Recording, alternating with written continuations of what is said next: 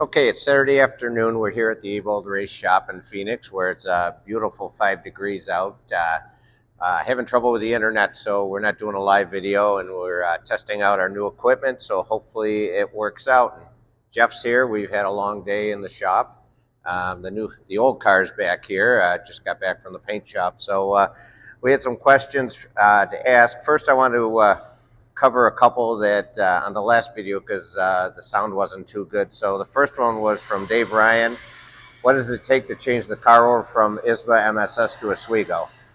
Yeah, and that was a great question last time. It takes a lot. And we've kind of been through that over the years and everything with it.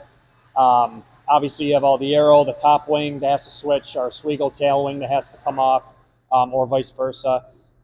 Suspension, you have a lot of changes there and everything. You have a lot of ride height differences, spring, shocks, things like that. And then on top of it, you just have your weekly maintenance that you're getting ready to do when you're getting on the road traveling with ISMA, or if you're coming back to Oswego. So there's a lot that goes into it week to week anyway. And then on top of it, when you're trying to switch something over for traveling or racing in Oswego, there's a number of things that go into it. Okay. That background noise is Pat working on the new car. He was going to stop, but that lasted 32 seconds. So second question was from our good friend Rolo in Ohio. He said, will one car be designed for the top wing and one for the Oswego tail wing? Yeah, that's sort of the plan right now. We're going to do some pre-season testing, hopefully earlier rather than later, so we're not in a big scramble for it. And if everything goes well, that's kind of the plan. Where the OG car here will probably stick with the roof wing. If we have to start the season at Oswego with it, then so be it. There, that'll be fine. I think there's definitely worse things to do than have this car there. So I'd be okay with that. But if we can get the other car ready and good to go, then that'll be the primary Oswego car if all things go well. Good. And then a few questions here from today. Jason Carter asked, is this the new chassis? I think we covered that. This is the old chassis that was actually built in 2013, which Jeff's run since 2013 with this car and won a few races with it. So the new chassis is in the other room there. It's probably 60% built. We'll be doing a video on that once it's done. We'll debut it. Shannon Pitcher asked, did you make any changes to the chassis or suspension this year?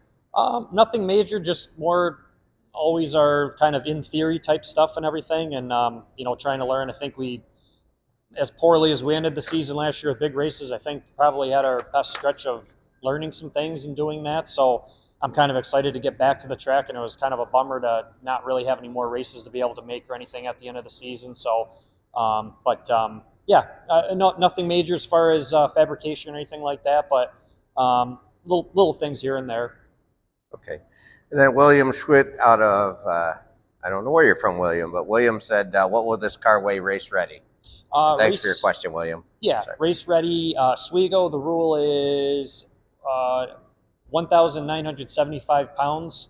And then ISMA, I believe, is 2025, somewhere in there. So you get a little bit weight there. But so roughly 2,000 pounds is basically what everything weighs with the driver. And that is with the driver. Yes. So being you weigh about 150? 160. 160. So this car has to have a little bit of weight added to it than some of the other guys. Let's see. Amy from Pennellville would like to know, what are you cooking for dinner? Because she's not. That would be my wife, Amy. Thank you for that. Yeah, that's the question, always the big question with everybody, but I don't know, to be determined, I guess. Okay. And then our last one is from Brad Babb. This is a long one. Why do you have a Buffalo's Bills sticker on your fridge? You seem to be smart people. You should be a New England Patriots fan. And I think we're both going to answer this one. Yeah, being the hometown Buffalo fan here and everything, well, it really classes the place up, first off, having some Buffalo Bills gear here, and honestly, just go Bills. Yeah, I can answer that. It starts with, are you smart people? Obviously, I'm not, Brad, because I've been a New York Jets fan for 55 years. So you might want to have me tested. But if I was a Patriots fan, I'd have to kick my own butt. Yeah, we'll answer some more football questions later. Jeff, you got anything before we wrap this up? Yeah, basically, it's kind of fun doing these videos and everything. We'll try to be consistent with it as much as we can be and what time will allow and everything. And if there's anything during the week or anything that some people would like covered or questions that arise in the super modified world, racing in general, like Mike said, football, anything, we want to talk anything like that. But, post your questions. We'll kind of record them during the week. If we can go live, sometimes we'll do that. Try to get some fun going there in the off season here. And like I said, there's always just trying to do something. And supers are always kind of a mystery and secretive and everything, and kind of, have a discussion about them and get them to the forefront a little bit and just have some fun along the way. That's kind of the goal of what we're doing here. So if we can achieve that, then cool. Awesome. Well, we'll wrap it up with that.